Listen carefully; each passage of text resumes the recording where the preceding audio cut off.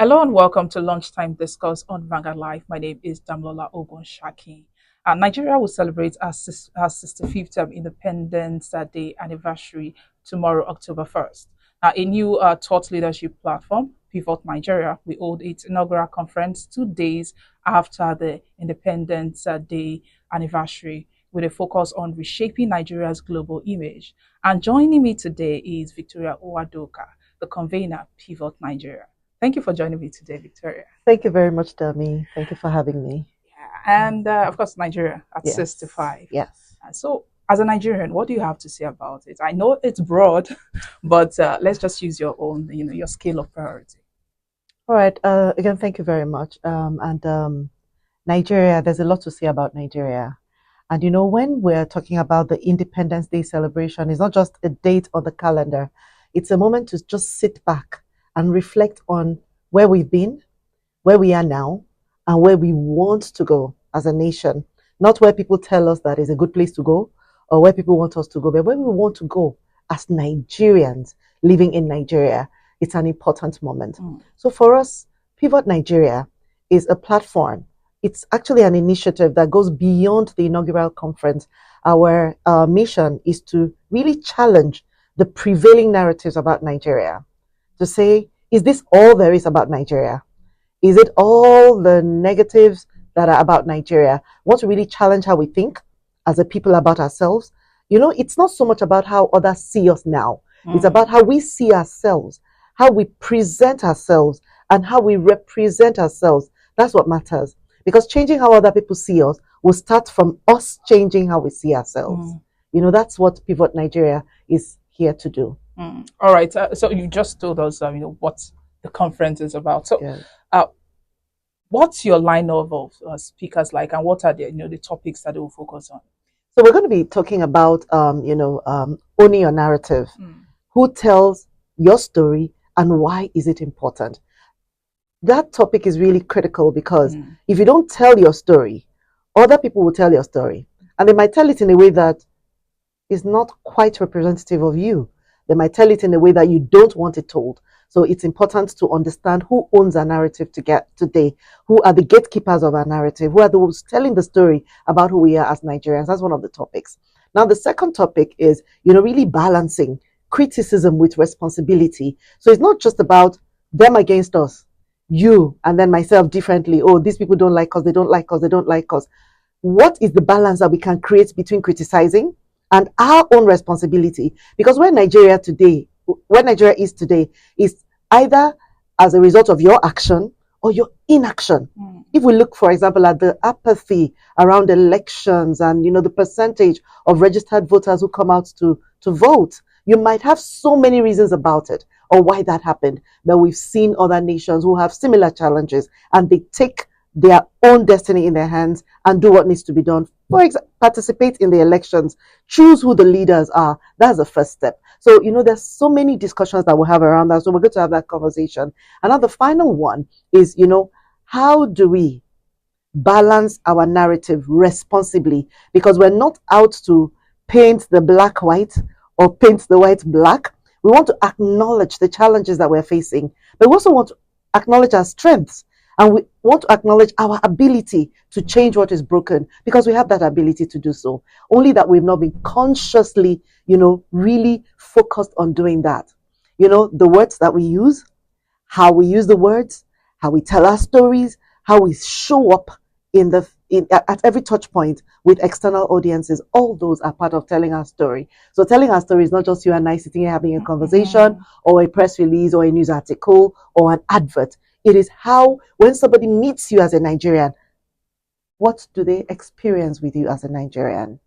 Are we all a nation of corrupt people, wicked stepmothers or mothers-in-law, wicked uncles and village people? Is that all there is about us? I don't think so. There is so much more about us, and we're going to unfold these conversations there. Now, you're asking me who the speakers are. We're very delighted to have, an icon of Nollywood and a cultural icon, if you want to think about one, Richard Mofe-Damijo, RMD, who'll be there with us. We also have Emekamba, who is the founder and CEO of Afia TV. Apart from being a communications expert, he has worked in government as well. So he sits on that, bridge between the policies and the people, and also, really driving storytelling during his stint at DSTV, and also as, the lead at Nigeria's census board for 2 terms. So he sits in a great position to be able to do that. We also have a former Senator Shehu Sani, who will be with us. He's one that holds Nigeria accountable, and I think that's important. Why must we hold Nigeria accountable? And beyond that, we have Rosemary Afolaon of News Central, who is going to speak to us about the role of the media in really shaping our narrative, sustaining our narrative, and driving it through. And of course, we have panel discussions around, holding Nigeria responsible for her storytelling. And we have a panel we have a breakout session that we're going to discuss how we might actually begin to create the Nigeria that we want, so that we can tell the story that we want. At every step, we're looking at balancing. Balance, that's what we're looking for. Let's be factual. Let's be real about our story. That's very important. One of the things that struck me in preparing for this is that if you look at the data, Nigeria is not the corruption capital, but every reference to corruption has Nigeria as a poster child. How did we get there? How did we get there? And that's a question that I'm asking us. Can we take another look at how we present ourselves and how we find it joyful to talk about only the negative things? And when a good thing happens, what's my own, right? Why are we like that? We want to interrogate these issues and come out with a national storytelling playbook that we can all build our storytelling around. For example, you have to be careful about the words that you use. Why would you describe Nigeria as poverty-stricken? We're not the only nation with a problem. How would you describe us as underserved people? How intentional are you about the words that you use to describe any story that you want to tell? Those are the conscious, consciousness that we want to raise with the communication that we're driving through Pivot Nigeria platform. So you just talked about some of the way the world perceives us and sees us. So who are those we should blame for this this perceptions and reputation of Nigerians outside the country? Is it the people, the government, or is it just a case of calling a dog bad names? It's very interesting because it's a paradox. It's a mixture of so many things. So I always tell people that the Nigerian government was not imported from anywhere, from Mars. The Nigerian government is made up of Nigerians like you and I. So if there's a problem with our government, should we not look at the source? You and I, everyone out here, every Nigerian has a role to play. So who should we blame? Let's take a look at ourselves. And that's why this conference is not about lamenting. It's not about blaming the government or politicians. It's not about them against us. It's us looking at ourselves and saying, what am I doing? And I'll tell you a story that struck me. So recently there was a challenge, and someone made a video, really abusing Nigeria. And, I expected the Nigerians would go there and say, okay, well, maybe this is true about a certain small group of people who have done something. Don't paint the whole country with the paintbrush of that individual. But we, the Nigerians, went on that platform and said, oh, you're only telling the truth. Let us even tell you more. I don't know why we do this.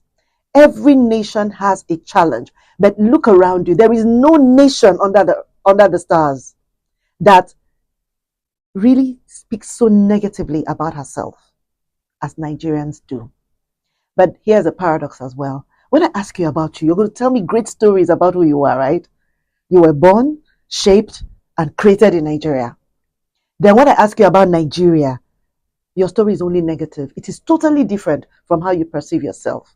What is wrong with us? Where is that challenge? It's because we're looking so much at our individuality that we don't understand the power of the collective in leading us or creating a pathway to the opportunities that are available globally.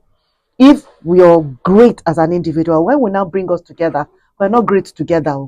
So we're going to interrogate how we might be able to create a culture that is more about collaboration, that understands that the collective actually impacts on the individual and the individual impacts on the collective. That is what we want to do. And the conference on the 3rd is only the beginning. That's the launch, but we're driving out activities from there. Of course, lots of conversations in different groups, like who is the first person that you see when you arrive in Nigeria? If you're an entrepreneur and you want to work with external companies that are outside of Nigeria, how do they see you? Are you professional? Are you trustworthy? Are you reliable? All those things tell our story. So we're going to be looking at all these levels. And thankfully, we've been able to drive partnerships that will see these projects roll out as soon as the conference is over. All right, we'll still talk about the targets, who the people you're targeting, but let's just still in the mood of, and also in line with what you're discussing, the reputation. Now, Nigerians, they are well traveled. Yes. Now, countries like the United Kingdom, United States, they are Canada, they are tightening their visa policies, especially when it comes to Nigerians. Right. So my question is, are Nigerians really doing too much? Are we doing too much? I don't know that we're doing too much. What I know is that we have a reputation that does not represent us. And that reputation that we have is born of so many different experiences. And one of the key things about that is our storytelling, how we present ourselves and our stories. And I'll tell you something. I traveled outside of the country with my daughter. And I'm not going to mention the country because I don't want, I don't want to start something else. And we saw beggars on the street. We saw homeless people, and she was like, "Mom, are there homeless people here? They're sleeping on the street." And I said, "Yes." But when you watch news or information or movies from this country, you do not see that. Not because they don't have a problem. Yes, they have systems in place that they're trying to address the problem with, but that's not the only thing that you see about them. So I think that what has happened with Nigerians, and somebody said this very clearly to me, said either everybody in Nigeria is bad, or the good people are not saying anything, because it seems that the only people that we see, the only narratives that we see, are the bad ones. So we, the people of Nigeria, you and I, who are doing great work, who are responsible people, who are going about our duties, trying to create wealth for ourselves and for our families, and to actually impact the country positively. Are we telling our story? Because if you do not tell your story, if you don't own your own story, somebody else will be telling it for you. And so the only narratives that you have out there are the narratives that are not balanced about us. That is a problem. And our closest borders is not just Canada and all that. Our closest borders are closing against us. So there's no more sanctuary. It's either we do it now or we do it now. We don't have any option anymore. I mean, imagine that there was a country. Where would all of us go? Who would take all of us? People don't want to deal with Nigeria anymore because they think, oh, Nigerians are so toxic. But are we all toxic? In every country, there are toxic people. But why is it only the story of toxicity that is out there about us? It's because we're not being conscious of the impact of these perceptions on our opportunities and our ability to access every opportunity that is out there. The world is a global village right now. Why should the door shut against Nigeria? Think about it. I have a couple of people who are very close to me who sometimes I get emotional because they are trying, they're reaching out, they're writing great, strong proposals, but the feedback they get is, your proposal was very strong, but right now we're not accepting anyone from your country. Why do you think so? Why? I do not think that Nigeria is all bad. Yes, we have our challenges, but we can begin to tell the stories that would even encourage those within our country to think better about themselves. Because the stories that you hear, the words that you hear, everything that you hear shapes your mindset. So now we have created a people who have a mindset of there's no hope for Nigeria. Nigeria is cursed. But the Nigeria that I know is not cursed. Nigeria has produced me. Nigeria has produced you, right? Nigeria has produced some of the greatest brains that are working in countries outside of here, and they're doing great work, and they are acclaimed, and they're renowned.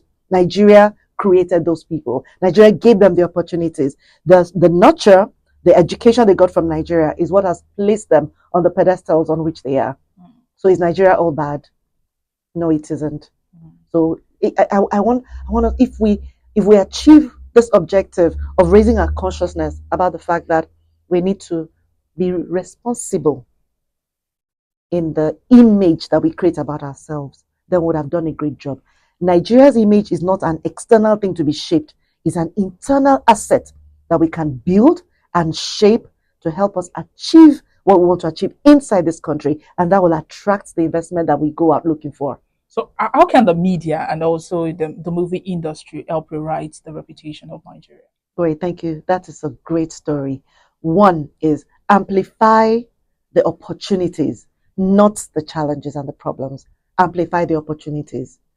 Even if you're going to speak, of course, you should speak to the challenges, but speak to them side by side with the opportunities for making a change. Don't just stop at saying, oh, it's all bad, it's all bad. No, it's bad here. What might we do to change it? So balance. Think about that in that way. If we begin to frame our stories like that way, then we'll begin to make a difference. Second, let's not let go of an issue once another one arises, because that's something that we do. If we think about the fact that education is very important, our youth need that mindset change to drive a culture of responsibility, of productivity. Can we push that narrative and sit on that narrative? Because advocacy doesn't happen in one day. This is how the media can help. Be conscious about it, first of all.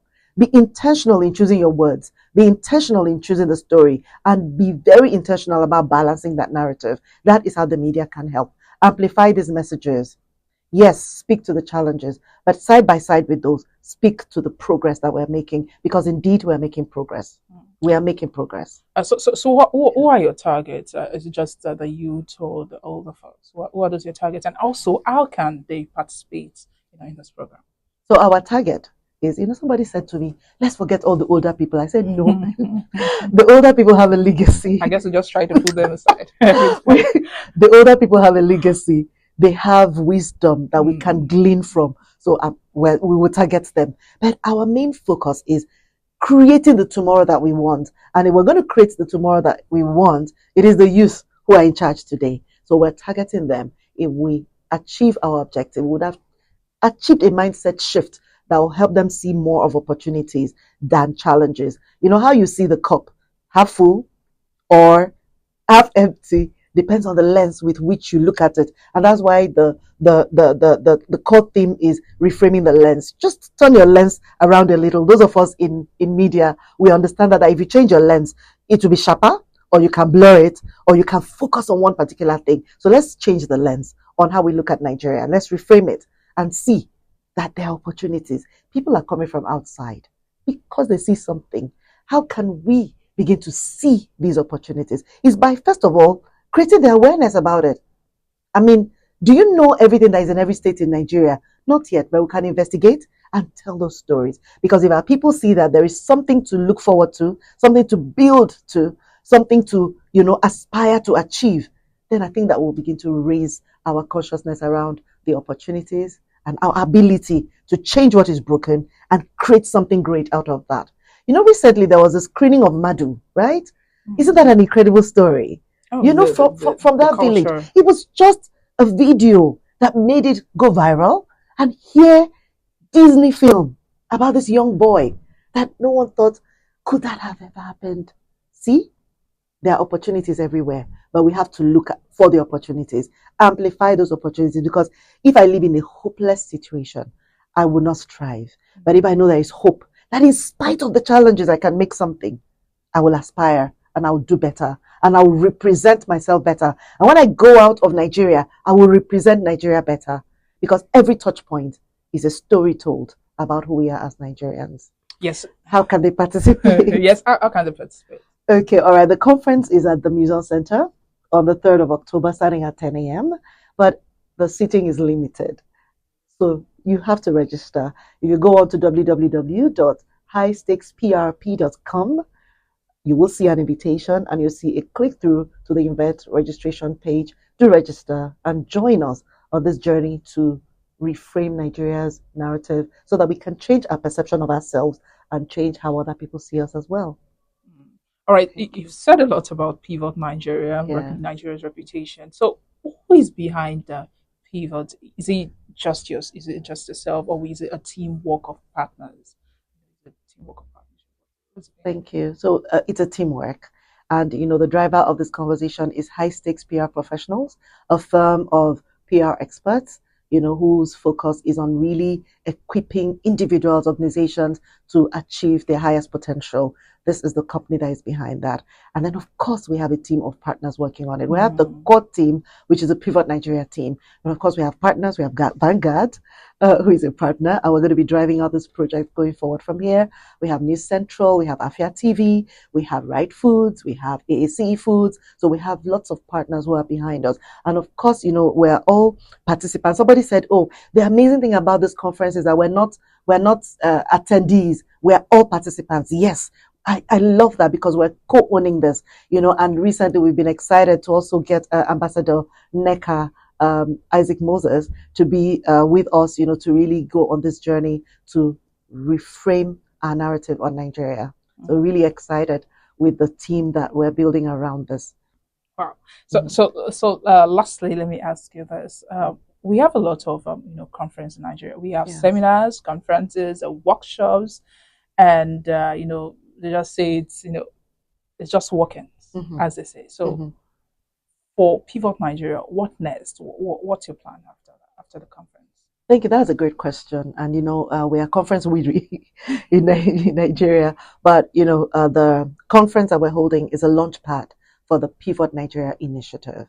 So rolling out from here, we're going to have, of course, we're going to hold more conversations because it's important, but we're taking the conversations to the doors of the gatekeepers of Nigeria storytelling, Nollywood, fan, customs, immigration. We're taking that story there and seeing what we can do. Following after that, we want to have trainings. Of course, we're going to set up mentorship programs post the trainings, and we're going to, co-author with a number of people that we're gathering, to co-author a storytelling framework because it's important so we know the DNA of the country that we want to build. And so when you're planning your news, for instance, you have a reference point. How to frame, how not to frame, what we're not doing, what we're doing. So that is going to be out there as well. And then, of course, we have, immersion experiences into our civic culture, in tourism projects, sports for development projects. So you're going to see a lot of that coming through in different sectors of the economy. So everyone who has an opportunity to touch any other person and show and represent Nigeria, we are getting to them. So, we've already reached out to groups of startups, SMEs and all of that. So you're going to see a lot of the workings coming through. So these are opportunity to raise their awareness and to recruit more patriots into this project to really reframe how we see ourselves so that we can influence how other people see us. All right, we'll look forward to those programs and every other thing that you have lined up. Thank you, Victoria Uwadoka, for joining me today. Thank you. And she is a convener at Pivot Nigeria, and she does, spoke about, the reputation, Nigeria reputation.